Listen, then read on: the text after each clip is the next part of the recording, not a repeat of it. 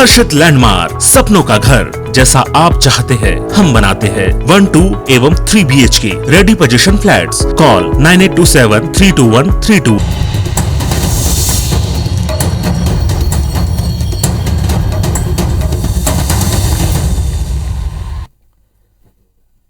नमस्कार, आप देख रहे हैं IBC 24। मैं हूं आपके साथ विजय कुमार पंड्या। शुरुआत करेंगे छत्तीसगढ़ की खबरों की। छत्तीसगढ़ कांग्रेस के 25 से ज्यादा विधायक दिल्ली दौरे पर हैं। आज नगरीय प्रशासन मंत्री शिव डहरिया, संसदीय सचिव विनोद चंद्राकर, भिलाई विधायक देवेंद्र यादव भी दिल्ली चले गए हैं। वहीं सभी के न जाने की वजह अलग अलग बताई जा रही है। मंत्री डहरिया ने बताया कि शुक्रवार को स्वच्छ भारत मिशन और अमृत जल मिशन को लेकर प्रधानमंत्री नरेंद्र मोदी के साथ बैठक है, जिसमें शामिल होने के लिए उनके साथ विभाग के अधिकारी भी जा रहे हैं। जबकि भिलाई विधायक देवेंद्र यादव ने कहा कि संगठन के कामकाज से दिल्ली आना जाना लगा रहता है। वहीं विधायकों के दिल्ली दौरे के लेकर प्रदेश में सियासी बयानबाजी तेज हो गई है।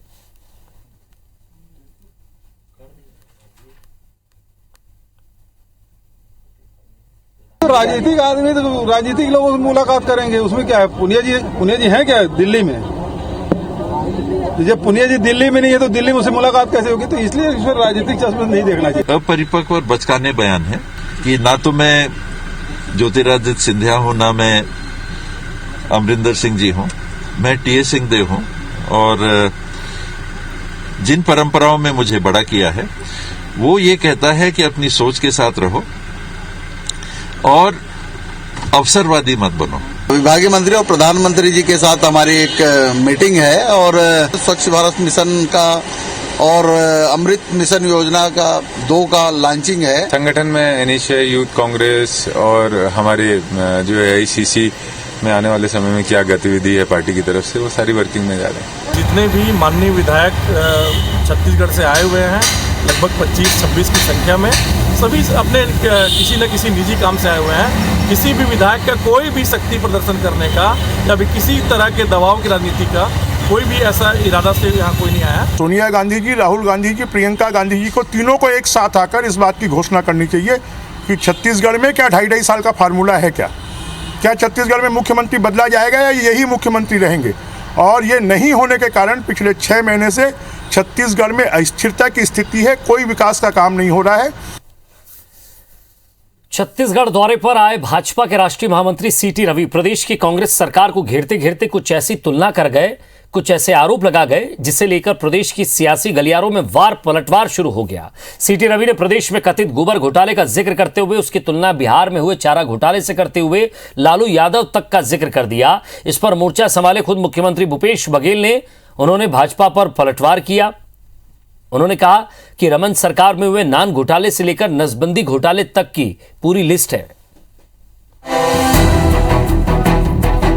लालू जी का रिकॉर्ड तोड़ने का काम भूपेश बघेल जी कर रहा है। लालू जी घास खाता थे, घास में घोटाला किया। भूपेश बघेल जी गोबर में घोटाला कर रहा है। प्रदेश सरकार के कामकाज को लेकर ये है भाजपा के राष्ट्रीय महामंत्री CT रवि का वो बयान जिस पर अब दोनों पक्षों में तीखी बहस छिड़ गई है। दरअसल भाजपा के राष्ट्रीय महामंत्री CT रवि और नेता प्रतिपक्ष धर्मलाल कौशिक भिलाई में भाजपा के सेवा ही समर्पण अभियान के तहत आयोजित एक संगोष्ठी कार्यक्रम के मंच पर बोल रहे थे, जहां CT रवि ने प्रदेश की कांग्रेस सरकार को आड़े हाथों लेते हुए एक विवादित बयान दे दिया। उन्होंने बिहार में हुए चारा घोटाले का जिक्र करते हुए कहा कि लालू के घोटाले के रिकॉर्ड तोड़ने का काम भूपेश बघेल कर रहे हैं। लालू जी का रिकॉर्ड तोड़ने का काम भूपेश बघेल जी कर रहा है।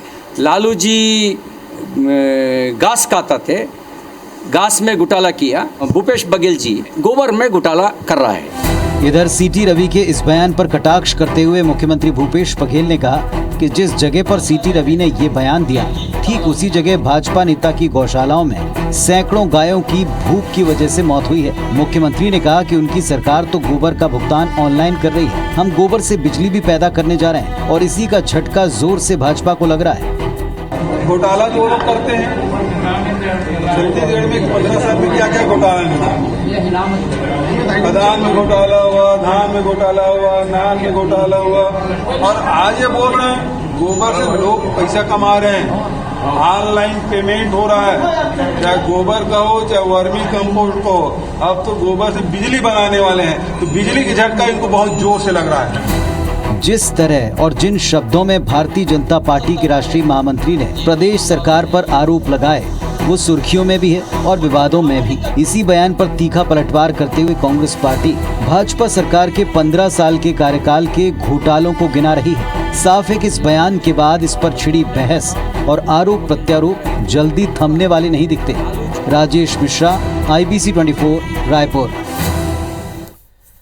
भारतीय जनता पार्टी के राष्ट्रीय महामंत्री सीटी रवि ने रायपुर में बीजेपी मोर्चा प्रकोष्ठों के अध्यक्ष, महासचिव, प्रभारियों, संयोजक और सहसंयोजकों की बैठक ली है। उन्होंने सभी मोर्चा प्रकोष्ठ के पदाधिकारियों से बूथ स्तर तक जल्द से जल्द कमेटी गठित करने के निर्देश दिए।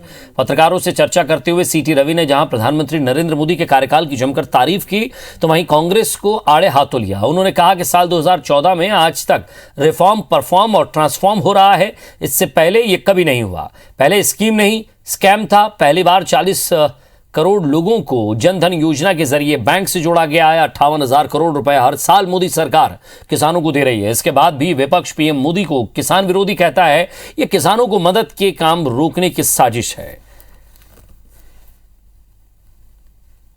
40 करोड़ लोगों को बैंक के साथ जोड़ने का काम मोदी जी ने किए जनधन के नाते।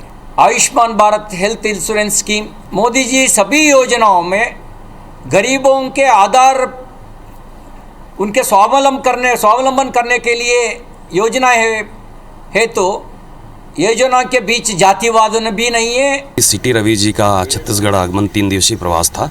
इस प्रवास में उन्होंने सभी से परिचय करने के लिहाज से आज मोर्चे और प्रकोष्ठों के साथ बैठक हुई और उस बैठक में हम मोर्चों के लोगों को बूथ तक पहुंचने के लिए और बूथ में संगठन को सशक्त बनाने के बारे में विस्तार से चर्चा किया। छत्तीसगढ़ सरकार ने राजीव युवा मितान क्लब नाम से एक महत्वाकांक्षी योजना की शुरुआत की है, जिसे लेकर कांग्रेस और भाजपा के बीच राजनीतिक बयानबाजी तेज हो गई है। कांग्रेस का कहना है कि इस क्लब के माध्यम से छत्तीसगढ़ के युवा हर क्षेत्र में आगे बढ़ सकेंगे। वहीं भाजपा का आरोप है कि सरकार सिर्फ राजनीति कर रही है। आपको बता दें कि राज्य सरकार के राजीव युवा मितान क्लब के तहत प्रदेश के हर एक ग्राम पंचायत एवं नगरीय निकायों के वार्डों में 13,269 राजीव युवा मितान क्लब गठित किए जाएंगे। क्लब मेंबर मुख्य रूप से पर्यावरण, शिक्षा, रोजगार, खेल, संस्कृति के क्षेत्र के लिए काम करेंगे। क्लब के गठन और संचालन के लिए जिलों को 19 करोड़ 43 लाख रुपए की राशि भी जारी की गई है।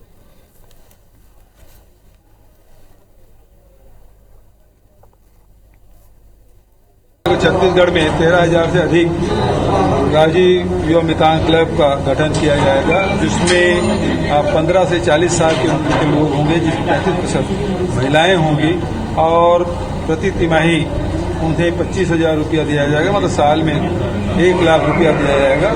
आज जो हजारों युवा हैं वो बेरोजगार घूम रहे हैं। उन्होंने व्यापम में परीक्षा दे दी, उन्होंने PSC की परीक्षा दे दी, उनकी नियुक्ति नहीं हो रही है।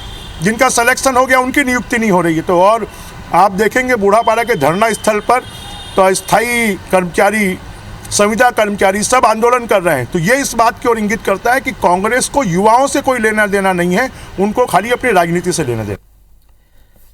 रायपुर के दीनदयाल उपाध्याय ऑडिटोरियम में राजीव युवा मितान क्लब ने युवा सम्मेलन का आयोजन किया, जिसमें प्रदेश भर से आए हजारों युवा शक्ति शामिल हुई। कार्यक्रम में मुख्यमंत्री भूपेश बघेल ने उन युवाओं को सम्मानित किया जिन्होंने अलग अलग क्षेत्र में बेमिसाल काम करके प्रदेश का नाम रोशन किया। इसमें पैरालंपिक में सिल्वर मेडल जीतने वाले योगेश मथुलिया, दिव्यांग पर्वतारोही चित्रसेन साहू, गायक ऋषिराज पांडे, फिल्मकार प्रकाश अवस्थी, नन्ही गायिका आरू साहू, सोशल मीडिया स्टार बाजर श्रीवास समेत UPSC और CGPSC में उत्कृष्ट प्रदर्शन करने वाले युवा शामिल थे। छत्तीसगढ़ में 13,000 से अधिक राजीव युवा मितान क्लब का गठन किया जाएगा, जिसमें 15 से 40 साल के उम्र के लोग होंगे, जिसमें 35% महिलाएं होंगी और प्रति तिमाही उन्हें 25,000 रुपया दिया जाएगा, मतलब साल में 1 लाख रुपया दिया जाएगा। प्रदेश कांग्रेस ने जिला कांग्रेस कमेटी के अध्यक्षों की सहमति के बिना मोर्चा प्रकोष्ठ में हुए नियुक्तियों को अमान्य करने का निर्देश जारी किया है। जिन मोर्चा प्रकोष्ठ विभागों में नई नियुक्तियां संगठन की सहमति के बिना हुई है, वे अब PCC के इस निर्देश के दायरे में आ गए हैं। बिलासपुर के भी कई मोर्चा प्रकोष्ठ की नियुक्ति भी अब संशय के दायरे में आ गई है। यहाँ भी व्यापारी, झुग्गी झोपड़ी प्रकोष्ठ, अल्पसंख्यक, विधि, असंगठित कामगार, पिछड़ा वर्ग, इंटक मोर्चा जैसे कई मोर्चा प्रकोष्ठ में नियुक्तियां हुई हैं। अब विषय को लेकर संशय की स्थिति है कि ये नियुक्तियां मान्य है या अमान्य।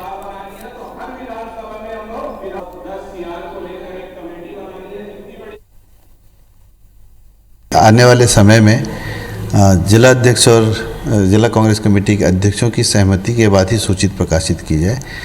उसमें अभी थोड़ा क्लियर नहीं है कि जो पुराने सूचियां हैं वो रद्द हैं या आने वाले समय में जो काम होगा वो उनकी सहमति से बनेगा।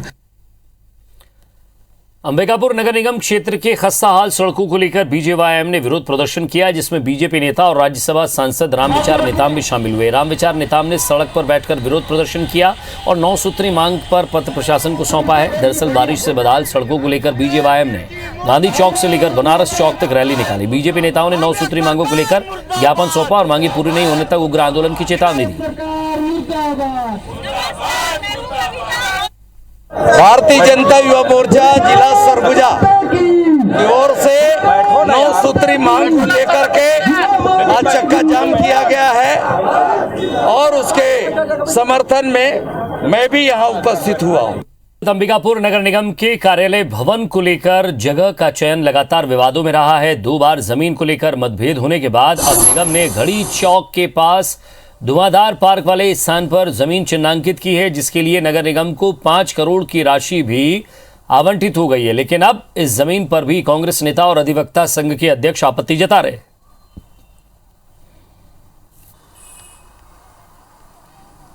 और इसको नष्ट कर यदि यहाँ पर किसी प्रकार की कोई स्वीकृति मिली है तो मैं सरगुजा जिला अधिवक्ता संघ के अध्यक्ष होने के नाते प्रशासन शासन के पास निवेदन करूंगा कि यदि इस प्रकार से कोई स्वीकृति प्राप्त हुई है तो इस पर पुनर्विचार करें। पहले वो जगह छोटे पौधों के साथ में एक गार्डन का स्वरूप है, लेकिन पूरा गार्डन भी अफेक्ट नहीं हो रहा है और हम लोग और बेहतर गार्डन वहाँ पे बनाएंगे सामने में जितना स्पेस बचेगा।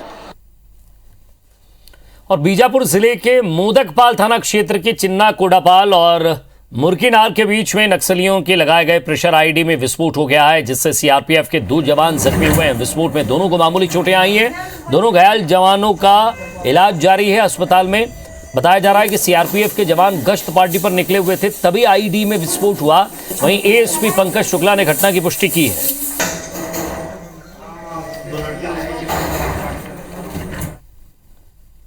महासमुंद के सांकरा, बसना एवं सरायपाली थाना क्षेत्र में रेलवे में नौकरी दिलवाने के नाम पर बेरोजगारों में 21,60,000 रुपए की ठगी का मामला सामने आया है।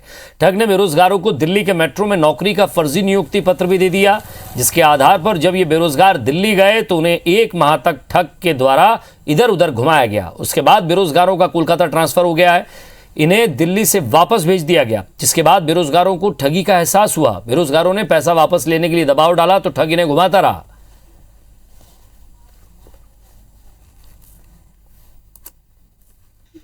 जी, फरियाद का निवेदन करने आए हैं, हमें न्याय दिलाने में मदद करें बोले। तो मैडम ने 1 सप्ताह में आपका जो है सुना जाएगा, आपके न्याय के लिए कार्रवाई होगा बोल के बोले हैं। ये चूंकि आज पहली बार ये मामला हमारे पास आया है और अभी आज ही ये आवेदन दिए है, अभी इसमें कोई जांच नहीं हुई है। कल इन सबको थाना बुलवाया गया है, इसमें जांच होगी और कार्रवाई। धमतरी के मगरलोड इलाके के लगभग 30 गांव के आदिवासियों ने वन अधिकार प्रमाण पत्र की मांग को लेकर पदयात्रा की और 1 दिवसीय धरना प्रदर्शन किया। इस दौरान लोगों ने सरकार से वन क्षेत्रों में निवास कर रहे वनवासियों को वन अधिकार देने की मांग की। एकता परिषद के बैनर तले हुए इस आंदोलन में सैकड़ों वनवासी शामिल थे। आंदोलनकर्ताओं ने कहा कि जल, जंगल और जमीन के लिए शांतिपूर्ण तरीके से अपने अधिकारों के लिए लड़ाई जारी है।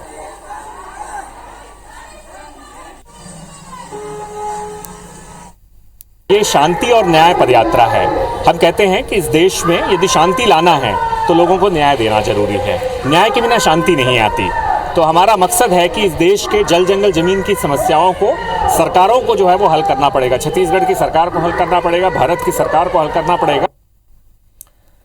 धमतरी जिले के गंगरेल बांध में डूब प्रभावितों को हाईकोर्ट में करीब 15 सालों तक लड़ाई के बाद न्याय मिला है। कोर्ट ने व्यवस्थापन को लेकर शासन प्रशासन को आदेश दिया है। हाईकोर्ट से फैसला आए कई महीने बीत गए, इसके बाद भी प्रशासन ने व्यवस्थापन को लेकर कोई पहल नहीं की, जिसमें डूब प्रभावित लोग काफी नाराज हैं।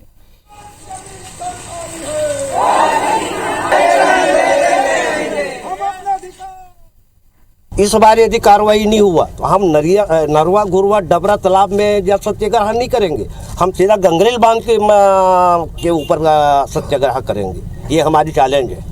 क्योंकि हम हताश हो चुके हैं। जल सत्याग्रह। हाँ, जल सत्याग्रह।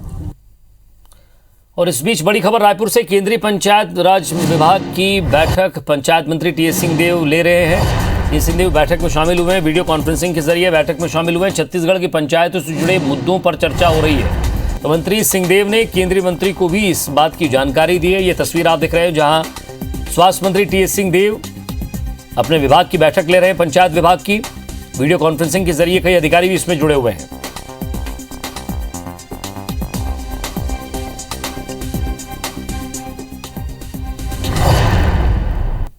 केंद्रीय जल शक्ति राज्य मंत्री प्रहलाद पटेल ने कहा है कि प्रधानमंत्री नरेंद्र मोदी को मिले उपहारों और स्मृति चिन्हों की ई नीलामी में हिस्सा लेने वालों को गंगा नदी के संरक्षण में योगदान देने का मौका भी मिल रहा है।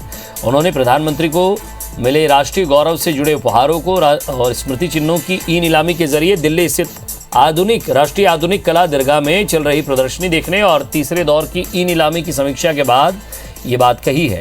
प्रहलाद पटेल ने बताया कि प्रधानमंत्री मोदी ने गंगा संरक्षण के नेक काम के लिए उन्हें मिले उपहारों की नीलामी की जा रही है। आपको बता दें कि 17 सितंबर को 7 अक्टूबर 2021 तक चलने वाली ई नीलामी में 1348 उपहारों और स्मृति चिन्हों को शामिल किया गया है, जिसमें टोक्यो ओलंपिक में स्वर्ण पदक जीतने वाले नीरज चोपड़ा का भाला और मेडल विजेता पीवी सिंधु का रैकेट रखा गया है। इसमें रखी अन्य कलाकृतियों में अयोध्या राम मंदिर, चारधाम, रुद्राक्ष, कन्वेंशन सेंटर की प्रतिकृति, मॉडल मूर्तियां, पेंटिंग और अंग वस्त्र शामिल हैं।